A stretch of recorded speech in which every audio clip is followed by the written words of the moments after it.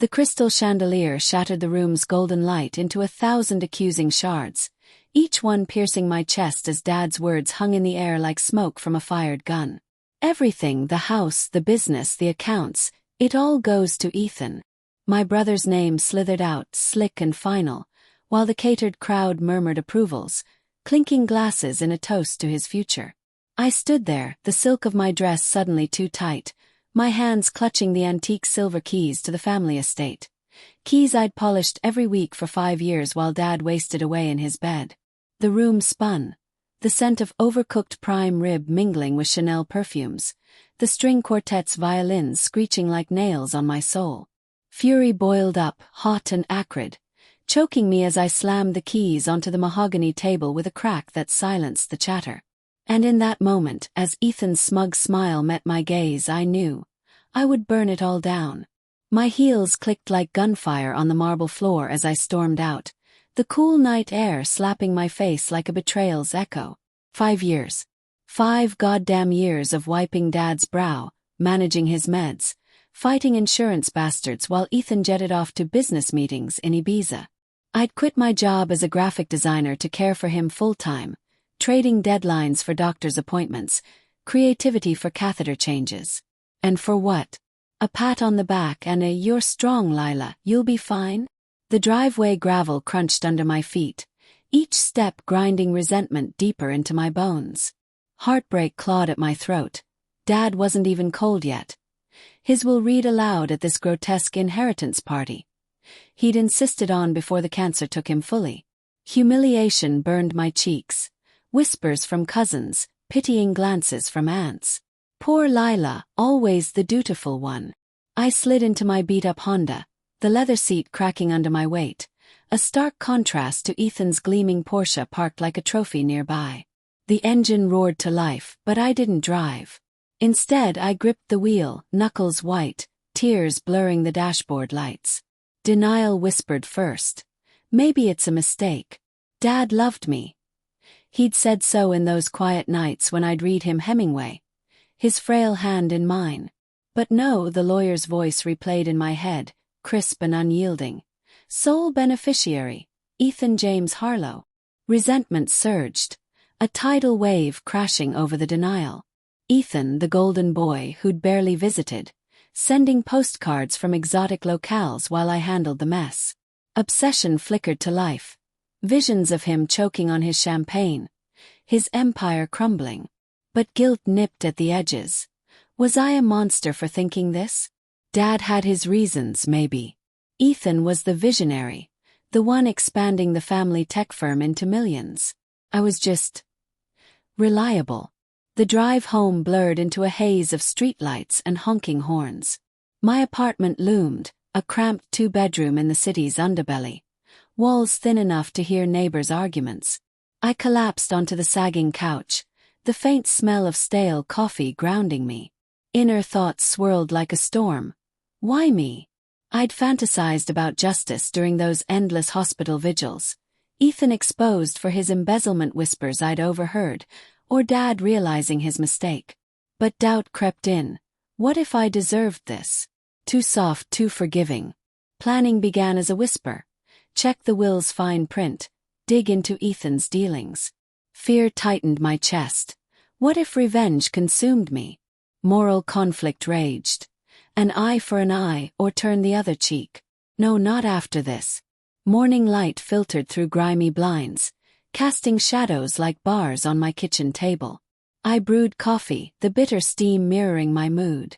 My phone buzzed. Ethan. Lila, we need to talk. His voice, smooth as oil, ignited fresh anger. I agreed to meet at the estate, the sprawling Victorian mansion on the hill, its ivy-clad walls a facade of family unity. Driving up the winding path, leaves crunching under tires, I rehearsed my words. Calm, collected. But inside rage simmered. He waited on the porch, leaning against a pillar in his tailored suit, hair perfectly tousled. "Sis," he said, arms open for a hug I dodged. "Dad wanted this. He thought you'd understand." Understand? My voice cracked, raw with humiliation. 5 years, Ethan. I gave up everything. He sighed, eyes softening, feigned empathy. I knew. You did. And I'm grateful. But the business needs a leader. Dad saw that in me. Secrets bubbled up. Like how you led by skimming funds for your little escapades. I saw the accounts.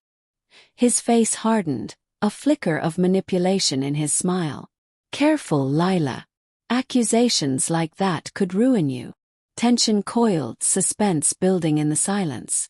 I turned away, fingers tracing the porch rail's weathered wood, splinter pricking my skin, a sharp reminder of reality.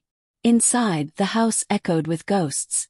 Dad's laughter from better days, Mom's absence since the divorce. We sat in the study, leather chairs creaking, the will spread before us like a death sentence. You're getting a stipend, he offered, voice natural but laced with condescension. Enough to start over. Heartbreak twisted my gut. A handout. From my own family's legacy.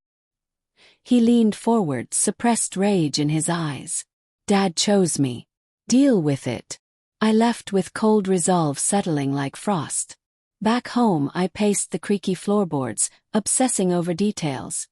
Ethan's hidden affairs, the shady partners. Research began, late nights on my laptop, screen glow illuminating my face like a vigil. Denial faded. Fantasies sharpened into plans. But guilt lingered. Dad wouldn't want this. Doubt. Could I pull it off without losing myself? Fear, what if I got caught? Weeks blurred. I shadowed Ethan discreetly.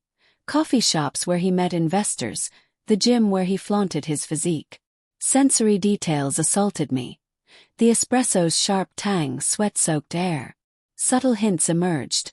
A whispered phone call about offshore accounts, a nervous glance over his shoulder. Vengeance brewed slowly, strategic. Befriend his assistant, plant seeds of doubt.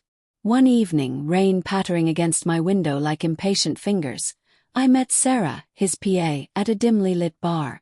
Neon lights buzzed, glasses clinking. He's not what he seems, she confided after a few drinks, her voice slurred but honest. Cheating the company blind. Manipulation flowed easily. Tell me more. For old time's sake. She spilled. Forged documents, embezzled millions. My heart raced, obsession fueling the fire. But inner conflict tore at me. Using her like this, was I no better than him? As part one crested, tension rose. A quiet dinner with extended family, where Ethan's toast to Dad masked his glee. I smiled through gritted teeth, planning my first move. An anonymous tip to auditors. Retaliation loomed, undeniable yet conflicted. The auditor's office smelled of stale paper and desperation. Fluorescent lights humming like a swarm of doubts in my head. I'd sent the tip weeks ago, disguised through a burner email.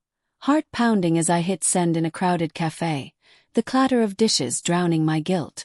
Now, watching from across the street in my car, rain streaking the windshield, I saw Ethan arrive. Face pale, suit rumpled. Cold resolve hardened my veins. This was justice, poetic and precise. But obsession gnawed. What if it backfired? Moral conflict whispered. Revenge or ruin? Where's the line? He emerged hours later, phone pressed to his ear, voice audible through cracked window. It's a misunderstanding. Fix it. Suppressed rage in his tone, a crack in his armor. I followed him home, headlights cutting through fog. The estate's gates creaking open like a trap. Inside my mind, fantasies evolved. Not just financial downfall, but personal. Expose his affair to his fiancée, shatter his world as he'd shattered mine. That night, alone in my apartment, the fridges hummed the only company. I pored over files Sarah had slipped me. USB drive hidden in a coffee cup. Spreadsheets glowed on my screen. Numbers dancing like indictments. Heartbreak resurfaced. Dad's blind faith in Ethan, ignoring my sacrifices. Resentment fueled planning. Hack his email? No, too risky. Instead, subtle sabotage. Leak to media, frame it as whistleblowing. Doubt plagued me during sleepless hours. Sheets tangled like my thoughts. Fear of consequences. Prison alienation. But anger overrode. He deserved this. Pacing intensified. I met Ethan for reconciliation coffee, a quaint shop with steaming mugs and muffled conversations. "Let's bury the hatchet," he said, smile forced, eyes scanning for threats. Natural dialogue flowed, tension beneath. "You think I don't know about the audits?" Probed, voice steady. He stiffened, coffee cup pausing mid-air.